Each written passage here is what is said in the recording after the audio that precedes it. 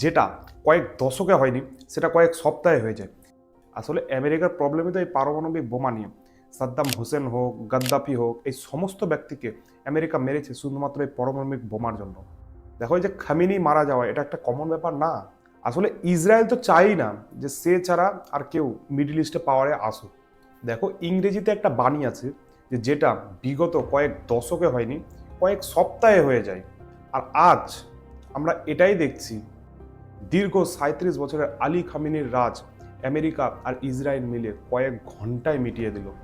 আর শুধু ইসরায়েলের supreme leader Ali Khamenei না, তার সাথে 40টা বড় টপ লিডারকে ইসরায়েল আর আমেরিকা দুজন মিলে স্ট্রাইকে কয়েক ঘন্টায় মেরে ফেললো। দেখো, আমেরিকা তো বলছে যে সে ইরানে স্ট্রাইক করেছে ডেমোক্রেসি আনার জন্য, রিজিম পরিবর্তন করার জন্য। তো আসলে কি সত্যি সেখানে ডেমোক্রেসি আনার জন্য আমেরিকা স্ট্রাইক করেছে, নাকি অন্য কিছু কারণ আছে? আসলে আমেরিকা তো এই সাদ্দাম হোসেনকেও মেরেছিল সেখানকার ডেমোক্রেসি আনার জন্য, এমনকি গাদ্দাফিকে তো মেরেছিল সেই পারমাণবিক বোমা আর এই ডেমোক্রেসির জন্যই। তাহলে কি সত্যি সেখানে আজ অব্দি রেজিম পরিবর্তন হয়েছে, নাকি দেখতে গেলে আরও সেখানকার অবস্থা দিন প্রতিদিন খারাপের দিকে চলে গেছে? দেখো, ইরান ইসরায়েলের যে কনফ্লিক্ট, সেটা ৭ই অক্টোবর যে টেরারিস্ট অ্যাটাক হয় সেখান থেকেই মুখ্য এটার শুরু। বলতে গেলে তার আগে থেকেই ইরান আর ইসরায়েলের এই যুদ্ধ, পাওয়ারকে নিয়ে ইমব্যালেন্স, এটা শুরু থেকেই চলে আসছে। কিন্তু মুখ্য যে এখনকার যে মেন ঝামেলা, এটা ৭ই অক্টোবর থেকেই শুরু হয়েছিল। আর এই ঘটনার আজ প্রায় ২ বছর হয়ে গেল, কিন্তু এটার আজ অবধি আমরা কোনো সমাধান পাইনি। তবে মিডিল ইস্টে যে যুদ্ধ চলছিল ইরান ইসরায়েলকে নিয়ে, এটা কোনো নতুন ঝামেলা না। বিগত ৭ই অক্টোবরের পর থেকে আমরা ছোটোখাটো প্রায় ঝামেলা দেখতেই পাই।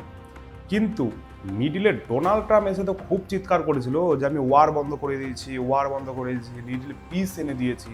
কিন্তু আজকে দেখতে গেলে ব্যাক টু ২০২৬, এই ডোনাল্ড ট্রাম্পই আজকের দিনে মুখ্য কারণ এই যুদ্ধের। দেখো, ৭ই অক্টোবর যেটা হয়েছে সেটা নো ডাউট টেরারিস্ট অ্যাটাক, কিন্তু এটার পরিবর্তে, মানে এটার ফলস্বরূপ বেঞ্জামিন নেতানিয়াহু, মানে ইসরায়েলের যে প্রাইম মিনিস্টার, সে যেটা করেছে হিউম্যান হিস্ট্রিতে মানব বিন্যাসের ঘটনার থেকে কম নয়।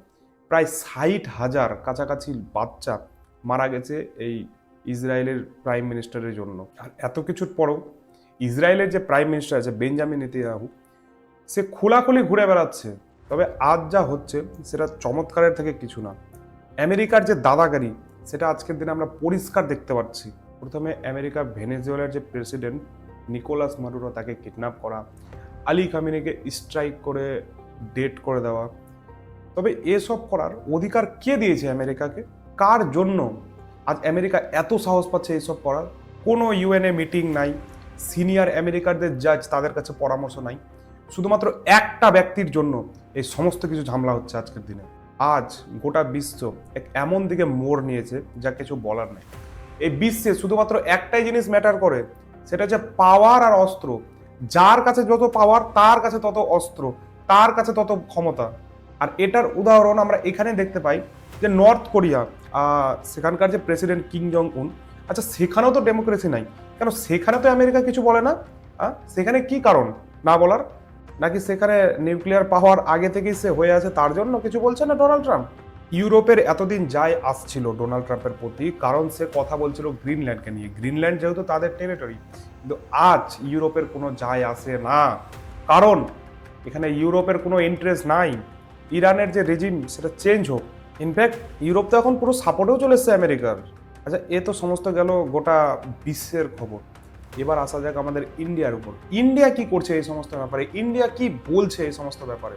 দেখো, ইরান ইসরায়েল ওয়ার গোটা বিশ্বের মধ্যে এক আর্থিক সমস্যা নিয়ে চলে এসছে। আর আজ এটা আমরা দেখতেও পাচ্ছি, এর প্রভাব আজ ইন্ডিয়াতেও পড়ছে। এলপিজির shortage, petrol reserve day by day পড়ে যাচ্ছে। এগুলো পরিষ্কার আমাদের সামনে ফুটে উঠছে যে যুদ্ধের প্রভাব কতটা ইন্ডিয়ার উপরও পড়ছে। আর এই সমস্ত কেন হচ্ছে?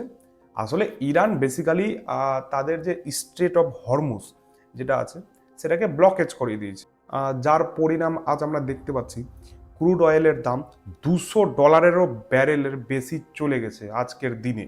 আজ স্ট্রেট অফ হরমুজ সম্পূর্ণভাবে বন্ধ হয়ে গেছে। শুধুমাত্র একটা কান্ট্রি ছাড়া আজকের দিনে স্ট্রেট অফ হরমুজ গোটাটাই বন্ধ। আর সেই কান্ট্রিটা হচ্ছে চায়না। নিজেকে বিশ্বের গুরু বলা দেশ আজকে এই যুদ্ধের মধ্যে মার খাচ্ছে, তা আমরা স্পষ্টভাবে দেখতে পাচ্ছি।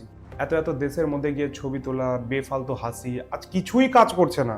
প্রধানমন্ত্রী ইসরায়েলে গিয়ে তো নিজের লেগেসি খুব তৈরি করেছে, কিন্তু দেশের কি, দেশের লোকেদের কি কি লাভ হয়েছে এতে দেশের? সেই স্বাধীনতার পর থেকে ইউপিএ সরকারের লেগেসি ধরে চলে আসা যে নন অ্যালাইড মুভমেন্ট, আজকের দিনে তা আমরা ভাঙতে দেখতে পাচ্ছি। দেখো, ইসরায়েলের সঙ্গে ডিল করে আরব ওয়ার্ল্ডকে যে আমরা আজকের দিনে মেসেজটা দিচ্ছি না, এটার ফলাফল কয়েক বছর পর আমরা স্পষ্টভাবে পাবো। শুধু ওয়েট করো, দেখতে পারবে।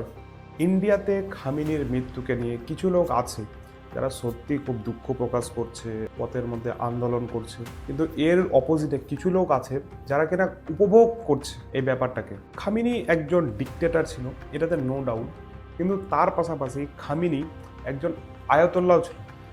এখন আয়াতুল্লাহ হচ্ছে শিয়া মুসলিমদের মধ্যে যে সর্বোচ্চ পদ অধিকারী, তাদেরকে এই আয়াতুল্লাহ বলা হয়। আর এই আয়াতুল্লাহকেই রমজান মাসেই আমেরিকা মেরে ফেলে দিয়েছে।